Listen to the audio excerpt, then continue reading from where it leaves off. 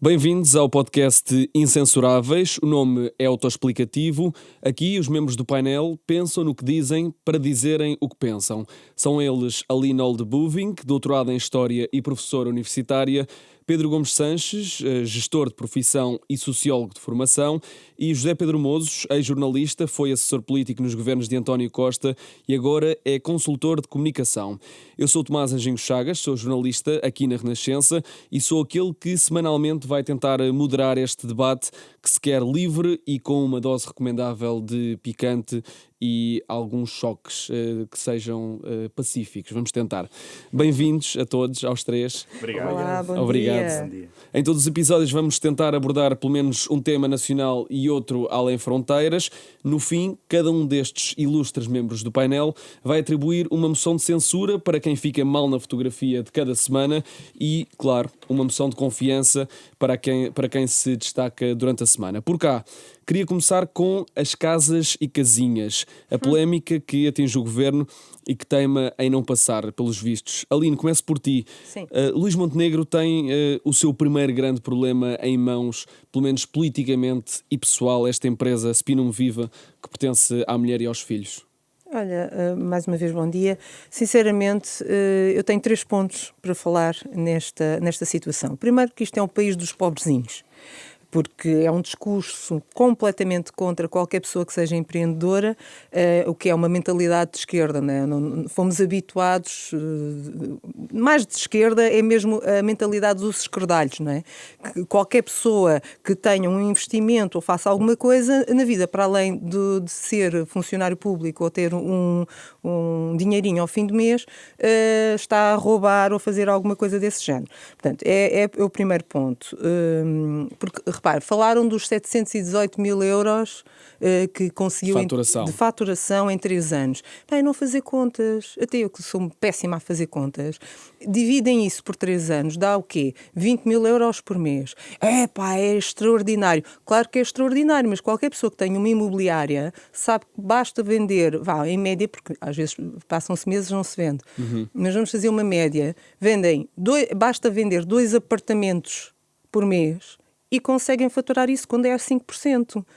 Não é? Portanto, e eu estive a ver apartamentos em Espinho, um T1, um T2, não tens por menos de 300 mil euros. Portanto, facilmente se consegue chegar a esse valor. Agora, até parece que o homem faz coleção de Porsche. Não era para dizer, não. Parece que há um outro que faz coleção de Porsche, tinha um pai sapateiro e depois arranjou, mas não vejo aqui nenhuma suspeição. Nem conflito de interesses. Não sei, aí é que está. Se calhar transparência convinha, e claro que isto é necessário, mas com conta, peso e medida. O segundo ponto, sinceramente, não houve nenhuma suspeição. Portanto, convinha também mostrarem isso, não é à partida condenar as pessoas. E em terceiro, é a hipocrisia do costume, não é? Porque eu quero lembrar às virgens ofendidas, não vi ninguém falar desta maneira quando se colocou o Manuel Salgado na Câmara Municipal de Lisboa, que era vereador do urbanismo, e houve na Câmara pelo menos 12 momentos em que ele ficou e estava a ser investigado. Penso que ainda alguém falou mais nisso, nem sequer se sabe se continua a ser investigado, se isso ficou fechado, se foi arquivado. Quer dizer, estas coisas ninguém fala. Mas agora, e só para acabar neste ponto, não vamos esquecer que até deputados que estão a tratar da Lei dos Solos, que aliás a Iniciativa Liberal até disse, apesar de não terem nenhum dentro desta comissão, tem na comissão, mas não têm interesses fora, há pelo menos 5 de vários partidos, PAN incluído, Chega incluído, PS e PSD, que estão a lidar com isso e dizem mesmo, a maneira como estão a tratar da Lei dos Solos vai ser contraproducente para fazer qualquer investimento. Passava para o Pedro Gomes Sanches. Concordas com o núcleo duro de Luís Montenegro? Há interesses imobiliários por detrás das notícias que saíram nas últimas semanas e que a RTP está a vingar-se pelo corte da publicidade? Não queria começar por aí, desculpa lá, Tomás, deixa-me só... Porque queria recuperar em forma de concordância e em forma de discordância algumas coisas que a Aline acabou de dizer. Primeiro ponto, eu fico estupefacto com o arranque deste debate. não deste debate no espaço público sobre as imobiliárias e o governo. Eu não vejo nenhuma incompatibilidade, e muito bem esteve a Ministra da Justiça que os mandou pastar, dizendo que não vendia a sua posição. E matou na um empresa que bocado tem. o Matou o assunto. assunto e fez muito bem. Porque não há nenhuma incompatibilidade. É que ainda não consegui perceber qual é que é a incompatibilidade de ter uma imobiliária e decidir sobre a lei dos solos. Porquê? Porque pode fazer um negócio com a venda de um terreno. E quem tem terrenos rústicos? Isso não é mais incompatível do que ter uma imobiliária. E quem tem um notário? E quem tem... Quer dizer, no limite, um governo decide sobre todas as áreas da vida. E este anátema que se lança à cabeça, e nisto eu concordo com a Aline, este anátema que se lança à cabeça sobre vida para lá da política é algo que empobrece a democracia e dificulta a entrada de gente competente para esta área. E este era o primeiro ponto. Derrogar qualquer ideia de que isto tem algum sentido. Dito isto, o caso da Spinum Viva merece uma explicação maior. Eu não olharia para isto com tanta simplicidade, enfim, com todo o respeito, mas com por isso é que isso tem que ser transparente, com que a Aline não é? colocou. A Spinum Viva foi uma empresa criada e que em 3 anos faturou 718 mil euros por prestação a empresas e não por operações de imobiliário. Sim, mas tinha, mas média, podia ter essa... Podia, mas não teve. De facto, esta faturação decorre de prestação a empresas e fatura 718 mil euros, que é uma média de 240 mil euros. Eu dei-me ao trabalho de ir ver os dados do INE. E julgo que tem 4 funcionários. Tem 4. A mulher de Luís Montenegro, que é uma educadora de infância, segundo julgo saber, e os filhos, que são jovens universitários, um finalista, outro acabado de licenciar. Claramente, a prestação de serviços reside na competência do Luís Montenegro. Esta empresa faturou em média 240 mil euros por ano. E eu fui ver os dados do INE. E em 2023 havia 152 mil empresas a prestar serviços a empresas com uma faturação de 32 mil milhões de euros, que dá uma média ano empresa de 210 mil euros. Ou seja, esta empresa recém-formada e escassa de recursos, enfim, para Está a faturar acima da média. Está a faturar acima da média. E isto das duas, uma. Ou o Luís Montenegro tem um toque de Midas e é um gestor talentoso, ou é um broker, um político influente. E não tem mal nenhum. Não há aqui nenhuma desonestidade, não há aqui nenhuma ilegalidade, mas sendo Primeiro-Ministro, há um dever de esclarecimento. Tomás, eu termino só com um ponto que me parece muito importante. O princípio indúbia pro reo, que se aplica na justiça, não se aplica na política. Aquela charla conveniente que o Dr. Costa gostou de lançar da política, o que é da política, e a justiça, o que é da política, o que é da justiça, não se aplica aqui. Desculpem lá. Em política, aplica-se o princípio contrário do indúbio pro reo. É o indúbio pro societate. Ou seja, na dúvida beneficia-se a sociedade. E a sociedade tem muito a ganhar se os políticos que ocupam lugares importantes, aquela coisa de só presto declarações quando quem me questionar for tão transparente como eu, foi lamento, Luís Montenegro, essas outras pessoas não são primeiros-ministros. E, portanto, o primeiro-ministro, para seu bem, para bem do seu governo e para bem do país, tem que prestar declarações e ser mais transparente.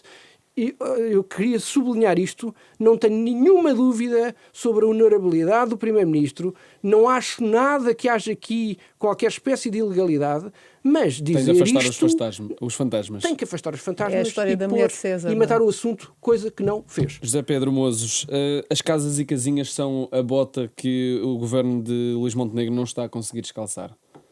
Acho que sim, aliás, e voltando um bocadinho atrás também para discordar mais do que concordar com os meus caríssimos colegas de painel, vamos lá ver. Para já a empresa não tinha nada a ver com o imobiliário e é importante esclarecer isso. Está bem, mas eu só estava a fazer certo, um exemplo porque estava-se a falar em imobiliário. Tudo bem, mas o exercício que se fez aqui foi muito semelhante àquele que o Luís Montenegro foi fazer ao Parlamento durante o debate da moção de censura, que foi parecer que estava a prestar vários esclarecimentos, como se estivesse quase a fazer um striptease da sua vida profissional e pessoal. Só que, na verdade, ele fez o striptease e não revelou nada. Porque o que Luís Montenegro tinha de ter esclarecido era que clientes é que ele forneceu. Para que fins? Porque dizer que, por exemplo, qual é o volume de negócios, qual é os rendimentos da família, que ele até distribuiu esse documento pelos deputados, não é isso que se está a perguntar. E, portanto, ele foi para o Parlamento, prestar uma série de esclarecimentos ao lado daquilo que se procurava saber. O debate correu genericamente bem a Luís Montenegro, é preciso dizer, ele foi eficaz nessa estratégia, mas acabou por não responder àquilo que é mais importante aqui, que é, se a empresa dele nada tem a ver com negócios com o Estado, se ele nunca beneficiou daquilo, se não existe nenhum conflito de interesses face a matérias sobre as quais ele está a decidir agora, então que o diga. Não, mas isso eu estou de acordo contigo. Sim, mas ao isso mesmo até tempo, eu estou. e ao mesmo tempo, este PSD é o mesmo PSD que, por exemplo, na legislação sobre o lobby, está a exigir, e bem, quer dizer, não interessa aqui agora ver ao detalhe cada uma das legislações que se fazem, mas é o mesmo PSD que, na questão do lobby, por exemplo, admite a possibilidade de uma entidade que contrata ou que reúne com uma empresa de lobby poder exigir uma prova contratual da relação dessa empresa com o cliente. Prova contratual é um contrato. É um contrassenso moral. Sim, quer dizer, não tem necessariamente de estar errado e não podemos misturar coisas porque são necessariamente temas diferentes. Mas basta irmos um bocadinho à legislação que o PSD tem neste momento no Parlamento, e lembrei-me da do lobby porque é uma área que diz respeito à minha área de atividade também, em que o critério que se pede para privados, ou seja, privados que contratam com privados têm no limite de mostrar esse contrato para a entidade pública estar segura do que está a fazer. Ora, por maioria de razão, isso devia aplicar-se também a um Primeiro-Ministro. E atenção, eu não estou, e acho que sob o manto da iniciativa e da liberdade de iniciativa privada, muitas vezes se esconde alguma, pode esconder-se alguma pista de... Mas há suspeição há provas ou alguma suspeição? Há suspeição há que o assunto é momentos... público, ou seja, o que é que está a acontecer agora? O que é que está a acontecer mas agora? isso no limite, quer dizer, o que é que Não há ninguém suspeição pode de nenhum fazer crime, nada... mas é suposto, como o Pedro dizia, aqui concordo com ele, que na política não se usem as mesmas regras que na justiça. Claro. Um crime é um crime, uma contraordenação é uma contraordenação. Como é evidente. Para se estar na vida política não basta cumprir a lei. Tem de ser exemplar em muitos casos. E, portanto, quando existe a suspeita, e a suspeita aqui não é criminal, quando existe a dúvida, se quisermos, para não usar... É mais dúvida do que suspeita, podemos não é? usar essa palavra, mas quando existe a dúvida sobre dúvida. a atividade da empresa e que conflitos de interesse é que pode gerar para o Primeiro-Ministro, e o Pedro também o disse, para bem do próprio Primeiro-Ministro, era bom que o esclarecesse. Sim. Porque este alegado striptease que Luís Montenegro foi fazer à sua vida pessoal, ao Parlamento, foi ao lado, foi oposto. Quer dizer, no debate em si correu bem, porque ele conseguiu neutralizar muitas das críticas, conseguiu devolver críticas à oposição. Sim, e passou bem pelo debate. Oposição... Agora, o debate público vai além do debate que acontece no e Parlamento. Parece que o Partido Socialista vai exigir mais explicações. Sim, portanto, e parece-me que o tema não ficou arrumado de qualquer das formas. Parece-me que é de facto uma bota difícil de descalçar para Montenegro. Tomás, deixa-me só recuperar aqui uma coisa, muito rapidamente, uma coisa que o Zé Pedro disse que me parece importante a propósito da lei do lobby, mas eu ia mesmo à questão das incompatibilidades dos políticos. Os políticos, quando legisladores, optam por uma postura maximalista e depois, quando executores, não poucas vezes optam por posturas minimalistas. De que é que eu estou a falar? 2019, saiu uma lei sobre as incompatibilidades dos políticos que, de resto, esteve no vórtice de um turbilhão que envolveu o governo do António Costa, onde... No final do primeiro governo, sim. Onde se dizia que políticos, cônjuges, pais, filhos, irmãos, não podiam deter 10% ou uma participação de 50 mil euros mínimo em empresas com contratos com o Estado. Nada disto se verifica no caso que estamos a discutir hoje. Sim, não estamos a falar de relação com o Estado. Em contrapartida, tivemos casos bastante flagrantes do Pedro Nuno Santos, com a empresa da família dele, e da Ana Abrunhosa, a Ministra da Coesão Territorial, num caso até, de resto, bastante estranho, bastante mais preocupante, bastante mais conflituoso. E com suspeição, não é? Sim, Não, a suspeição era a mesma, quer dizer, que era não é mesmo. uma pá, empresa uma que empresa- ganhou fundos comunitários, Não, que é uma uma empresa- coisa que não é decidida pelo Ministério da Coesão Territorial. Uma empresa- Mas é tutelada, em parte. Porque que é tutelada pelo Ministério da Coesão Claro. Territorial e que é criada 15 dias antes de receber os fundos. Exatamente. Ou seja, mas a suspeita é a mesma, ou a dúvida, se quisermos. Não. É Não, muito é semelhante àquilo Não, completamente- não, que... Pedro, completamente lamento diferente. porque aquilo que se está a discutir hoje relativamente às imobiliárias é o eventual benefício futuro de negócios futuros que possam acontecer. Exatamente. E neste caso estamos a falar em concreto de negócios com o Estado. Fundos públicos. Portanto, são casos completamente distintos. E o meu ponto não era tanto voltar a espetar a faca e a rodar o cabo no que diz respeito aos governos do Partido Socialista, mas era sinalizar este gap entre o político legislador e o político escrutinado. E o político legislador tem aqui assim uma atitude maximalista e depois, quando está sob escrutínio, gosta de ter uma postura minimalista. E, enfim, isto não ajuda à salubridade Dois pesos do e espaço duas democrático. medidas. E isso também existe quando se está na oposição e quando não se está, porque os Admito argumentos que que o sim, PSD claro. usava Admito na que sim. altura, hoje em dia, podiam Admito quase que ser sim. reciclados Mas, para... Pedro, E o este PS caso é principalmente. diferente. Sim, nesse e ponto é vamos ver diferente, eu dizia a nível da como é que suspeição, ou seja, não há suspeição conclui os- criminal. Como é que se conclui os capítulos, porque de certeza que não vai ficar encerrado já esta semana. Saltamos para o tema internacional. A Ucrânia é inevitável, podemos estar a ver uma luz ao fundo do túnel para a paz no acordo com os Estados Unidos, que é tudo menos consensual. Washington prepara-se para explorar minerais raros, gás e petróleo na Ucrânia como compensação pelo apoio militar a Kiev. Aline, Donald Trump provou ser um grande negociador ou cheira-te a salteador? Acho que o salteador. Não. O Trump, obviamente, que está a lidar com isto tudo do ponto de vista económico. Ele está a ler as vantagens que a Ucrânia lhe oferece economicamente. Ponto. Mais nada. Ele não quer saber de justiça, não quer saber de questões internacionais, de política internacional ou de direito internacional, de respeito, de questões humanistas ou humanitárias, como queiras colocar. Ele só está a ver cifrões. E claro que a Ucrânia, com todas as riquezas, e por isso é que o Putin invadiu, não me venham com a treta da NATO, não tem nada a ver com isso, tem a ver com a riqueza, as várias riquezas que a Ucrânia possui, está, no fundo, a tentar dividir a Ucrânia entre ele e a Rússia. Pura e simplesmente. Aliás, não há nenhum momento... E, pelo contrário, ele até diz que não há invasor nem invadido. Quando vimos... Não, ele até diz que foi Zelensky que começou. Já adotou os Sim, termos de Vladimir ele já Putin. começou com os argumentos do ditador Vladimir Putin. Quer dizer, e o que é que o coitado do Zelensky vai fazer nisto? Vai tentar salvar o máximo que pode o seu próprio país. Estava de mãos e pés atados. Claro, não podemos esquecer que estão a avaliar a reconstrução da Ucrânia, a reconstrução de partes da Ucrânia, em 524 mil milhões de dólares.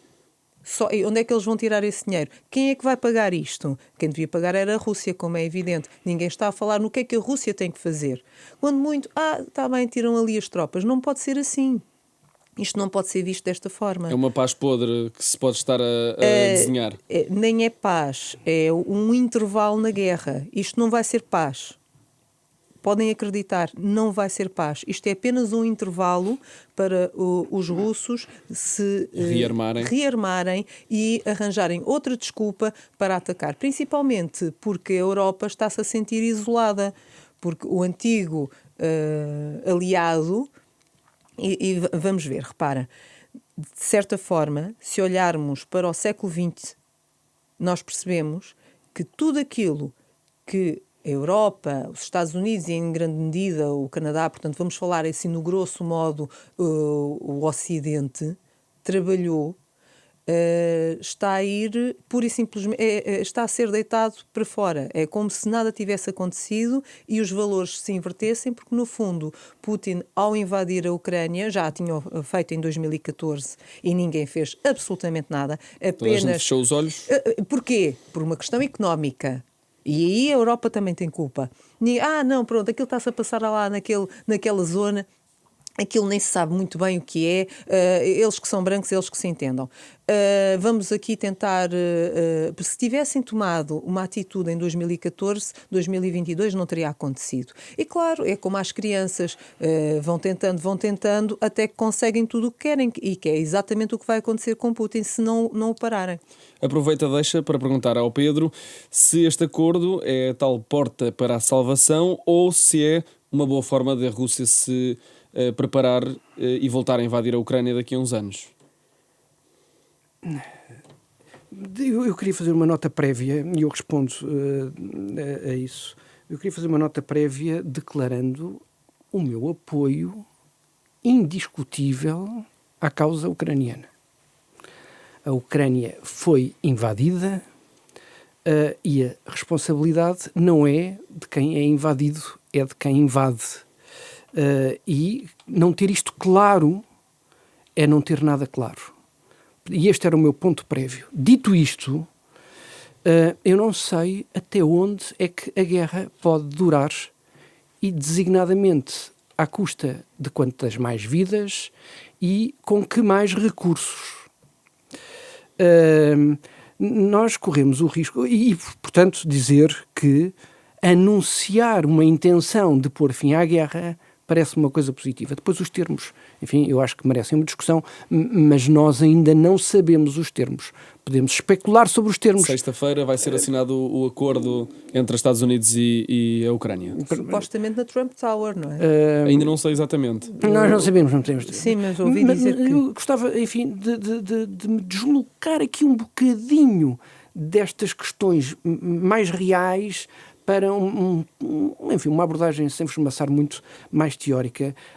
As relações internacionais tiveram sempre aqui um debate entre duas escolas, enfim, com variantes, mas simplificando muito, entre duas escolas, os realistas e os idealistas. E a Europa, sobretudo depois da queda do Muro de Berlim, enfim, na Guerra Fria, mas sobretudo depois da queda do Muro de Berlim, embarcou nesta ilusão de fim de história.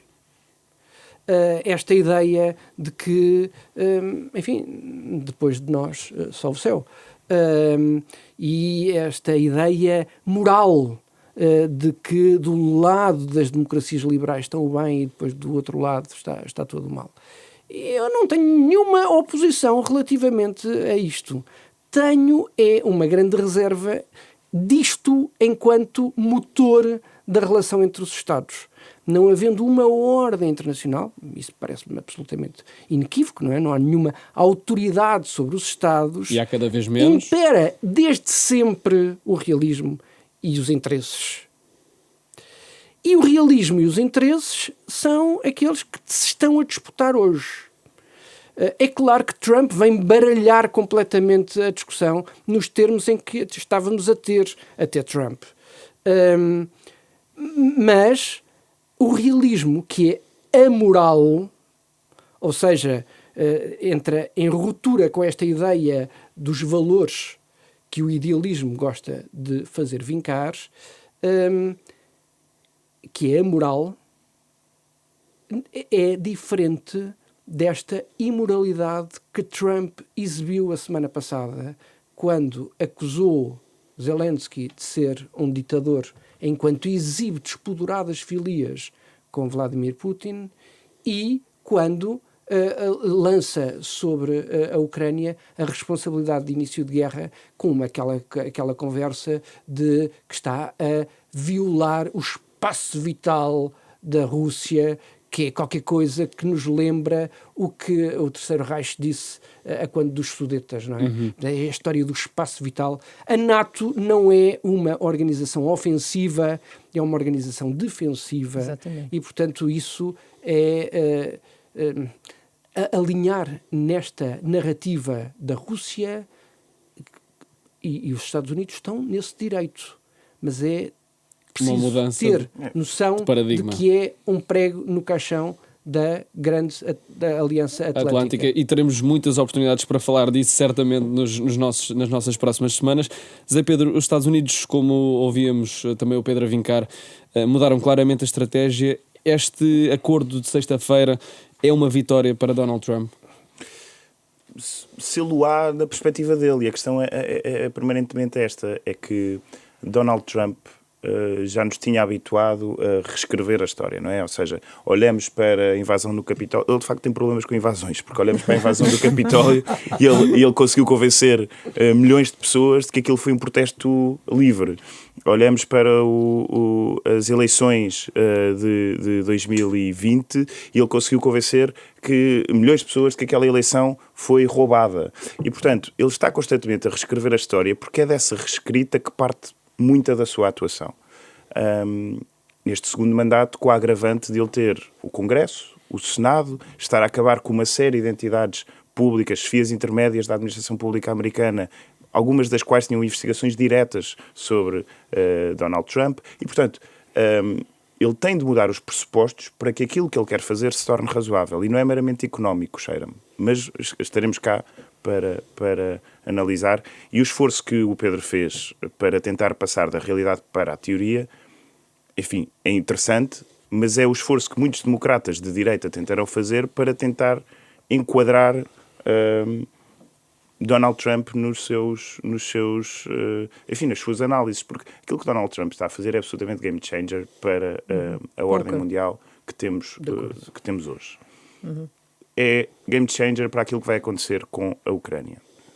E é importante que olhemos para estes 3 anos e não nos esqueçamos de alguns números. E por isso é que eu digo, Pedro, é importante voltarmos à realidade. Foram 13 mil civis ucranianos mortos em 3 anos, dos quais 670 são crianças. 80 mil soldados ucranianos. Foram cerca de 7 milhões, um bocadinho menos, de refugiados. A Rússia controla quase 20% do território ucraniano. Exatamente. Isto tudo em 3 anos. Isto é a realidade. E o que Trump veio fazer ao chamar ditador a Zelensky, a dizer que podia ter travado a guerra quando a guerra começou, ou, aliás, insinuando que ele é que a provocou, quando isto foi uma invasão absolutamente não provocada, é verdadeiramente assustador. Porque Putin, eu acho que vai comer Trump ao pequeno almoço. Não tenho muitas dúvidas sobre isto. Aliás, Alina, acho que foste tu que escreveste sobre o Chamberlain e as semelhanças que pode haver. Sim. Quer dizer, o que Putin deve estar a festejar imenso. Putin é o novo Hitler. Deve festejar imenso esta nova postura de Trump, que comprou a narrativa de Putin. Sim. Ao mesmo tempo, vemos sinais preocupantes sobre a visão dos Estados Unidos para a Europa.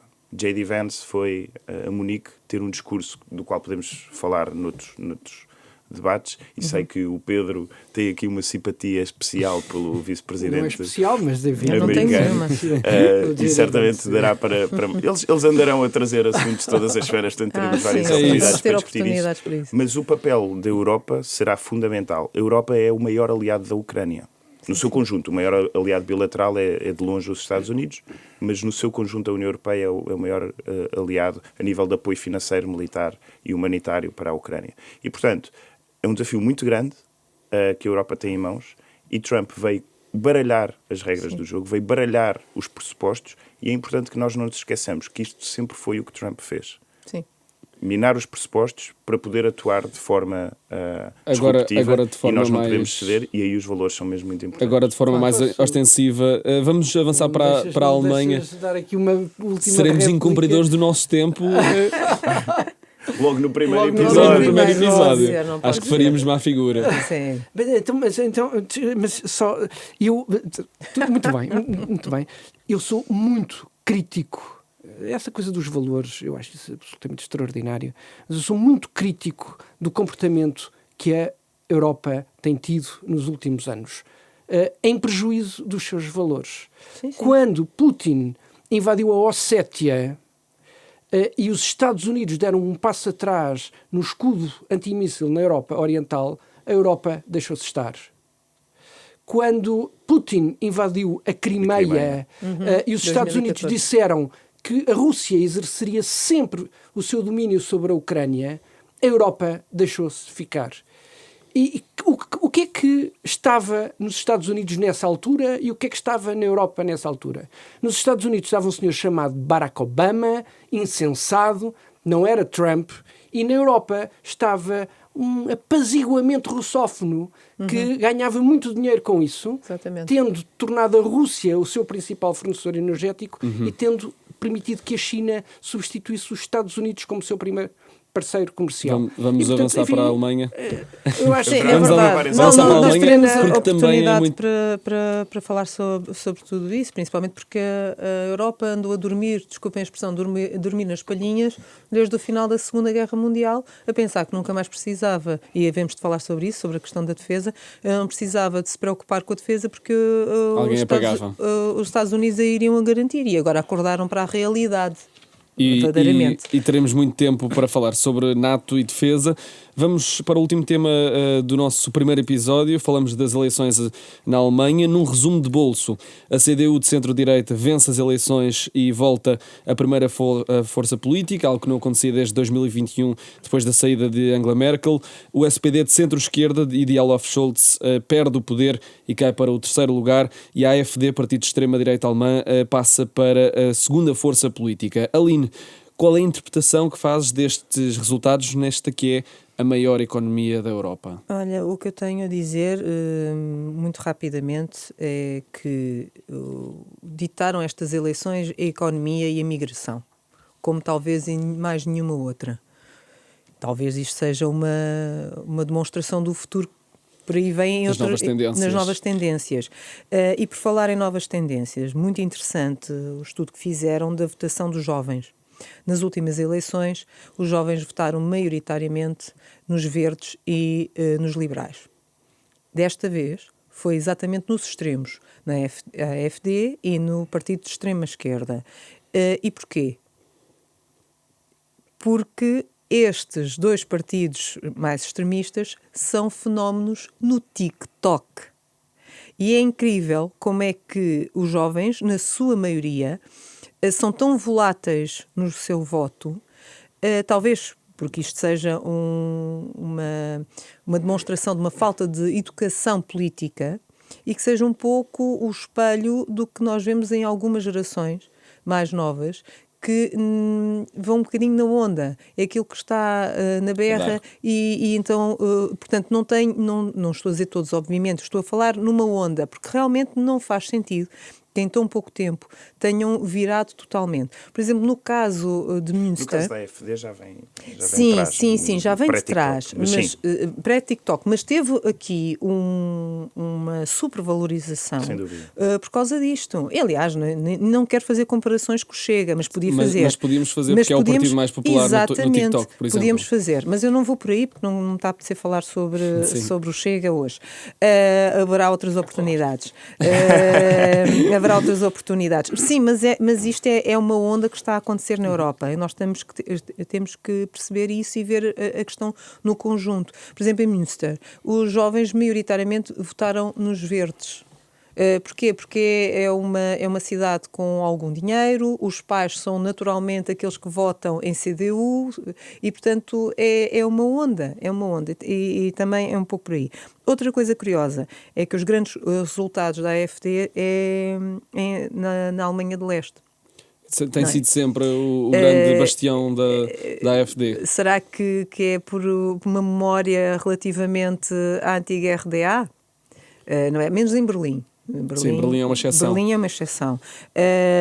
Muitos destes votam na AfD exatamente por uma questão de protesto. Aliás, é muito o que eles dizem. Votam por protesto por uma questão dos problemas de migração que têm.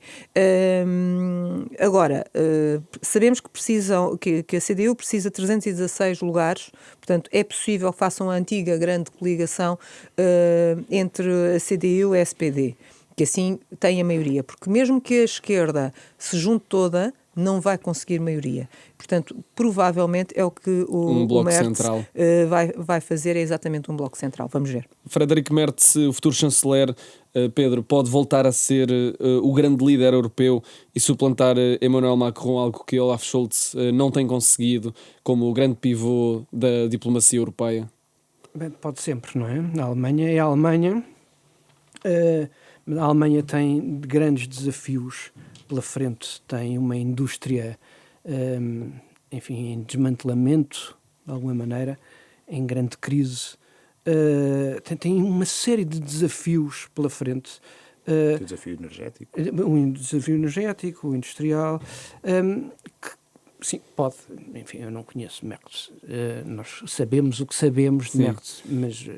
enfim, com as mãos no comando é que teremos a oportunidade de fazer a avaliação, designadamente perceber que opções é que toma. Macron está muito agitado para ser o líder da União Europeia, aliás, com um episódio bastante bizarro, aqui há 2 semanas, 1 ou 2 semanas, aquela reunião que ninguém percebeu muito bem a que propósito.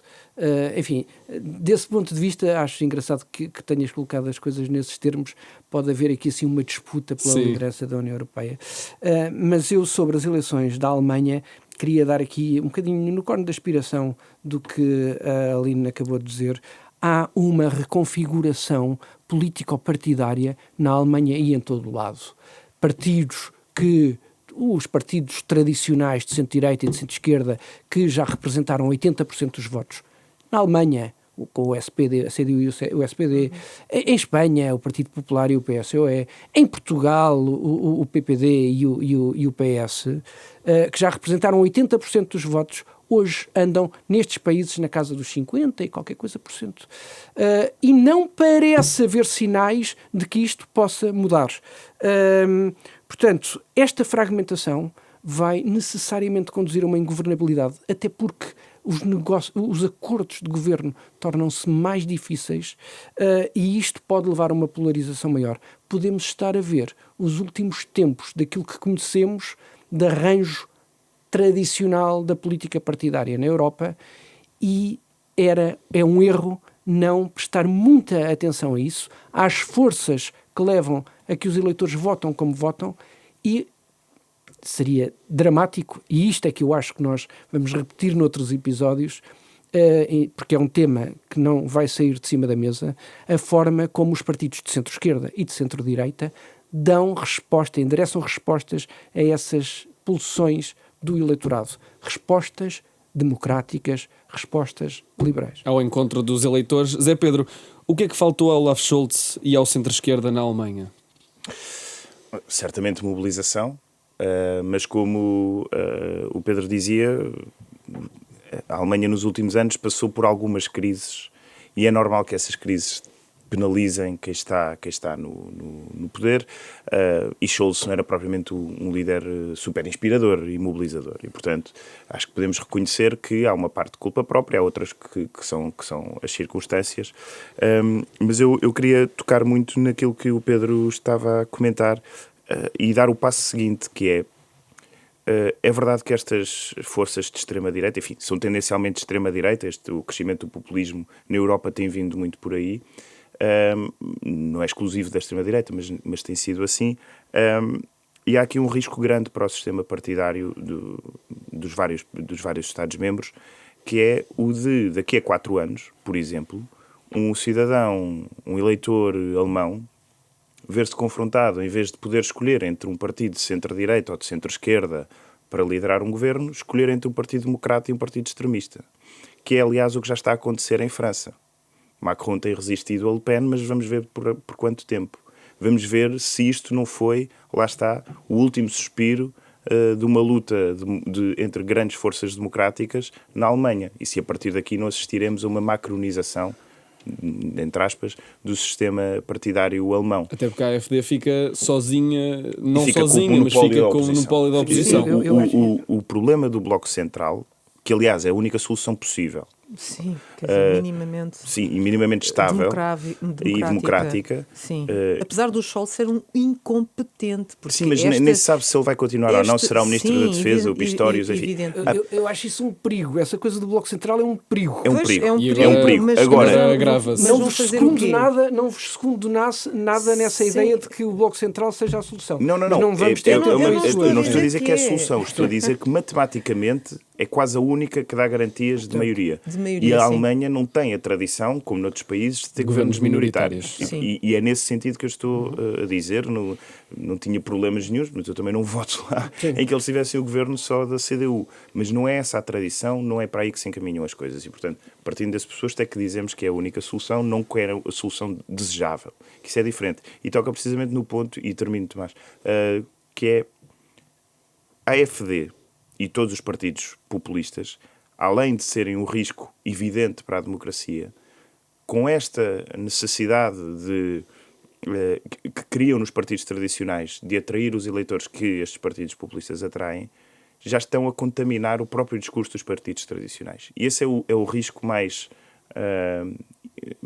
intangível, se quisermos, mas que pode minar também a democracia por dentro, que é não só temos partidos que abertamente dizem que querem outro regime, que querem acabar com uma série de direitos, liberdades e garantias de certas comunidades, de minorias, são xenófobos, são machistas, são homofóbicos, enfim, um conjunto de pressupostos que põem em causa a estabilidade e os princípios democráticos que conhecemos, mas criam a necessidade também de os partidos tradicionais, como dizia o Pedro, olharem para este fenómeno e tentarem responder às pulsões desses eleitores. O problema é que aquilo que temos visto é uma tendência desses partidos tradicionais para adotarem o mesmo discurso e não para oferecerem soluções diferentes.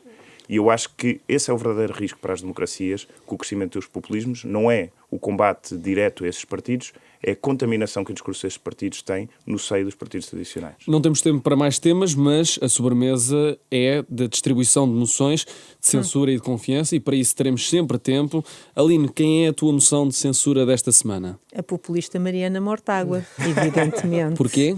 Porquê? Então, para já ela é a pior líder de um partido nos últimos anos, não é? Não foi capaz ainda não tem sido capaz de colocar ordem na casa e foi atacar uma quantidade de pessoas no governo dizendo que tinham interesses imobiliários quando não tinham de todo, e já foi desmentida, e portanto, antes de estar a apontar o dedo aos outros, faça o trabalho de casa, ponto 1, e ponto 2, esqueça a manobra de diversão e tenta arrumar a casa. E a tua moção de confiança? A minha moção de confiança, obviamente, vai para o governo com a esperança de facto, ser transparente e matar este assunto de uma vez e realmente se dedicar a governar e a resolver os problemas que o país tem e que são muitos.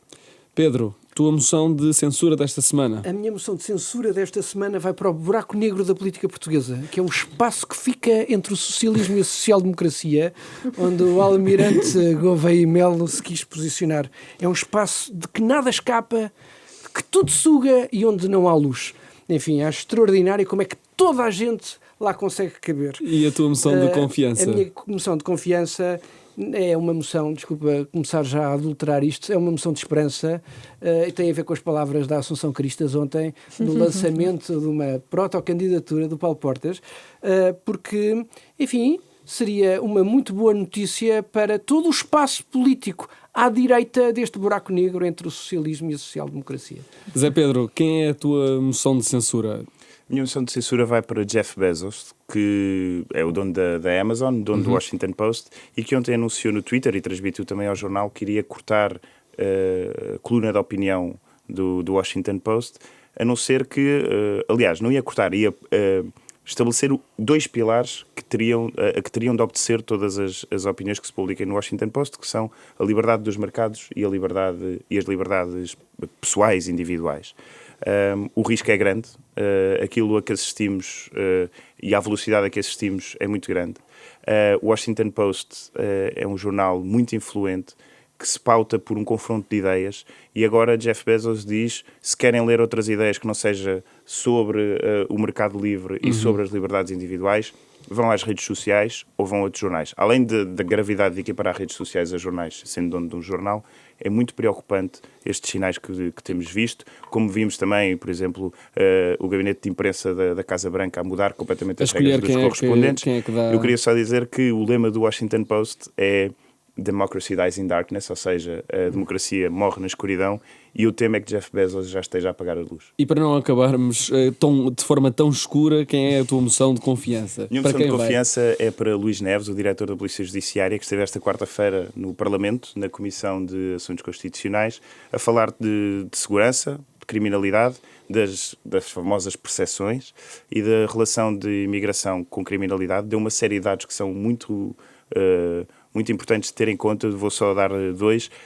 O número de detidos imigrantes reduziu nos últimos 15 anos, percentualmente. Temos hoje, percentualmente, menos imigrantes detidos do que tínhamos em 2009, e mais de metade, ou cerca de metade deles, são detidos preventivamente, por risco de fuga, que no imigrante é sempre maior.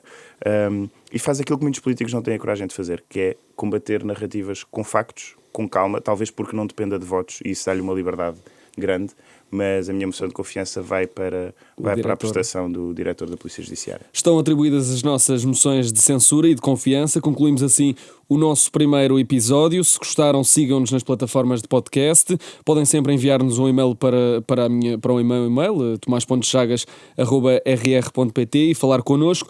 Todas as quintas-feiras o nosso compromisso é debater sem travões e sem preconceitos. O cuidado técnico do som foi de Rui Glória, no vídeo esteve Ricardo Fortunato, a banda sonora e sonoplastia são do Diogo Casinha, a ilustração do Rodrigo Machado, o nosso painel habitual, Aline Old Buving, Pedro Gomes Sanches, José Pedro Mozos, são os nossos incensuráveis. O meu nome é Tomás Anjinho Chagas. Se tudo correr bem, para a semana cá estaremos. Obrigado. Obrigada. Obrigado.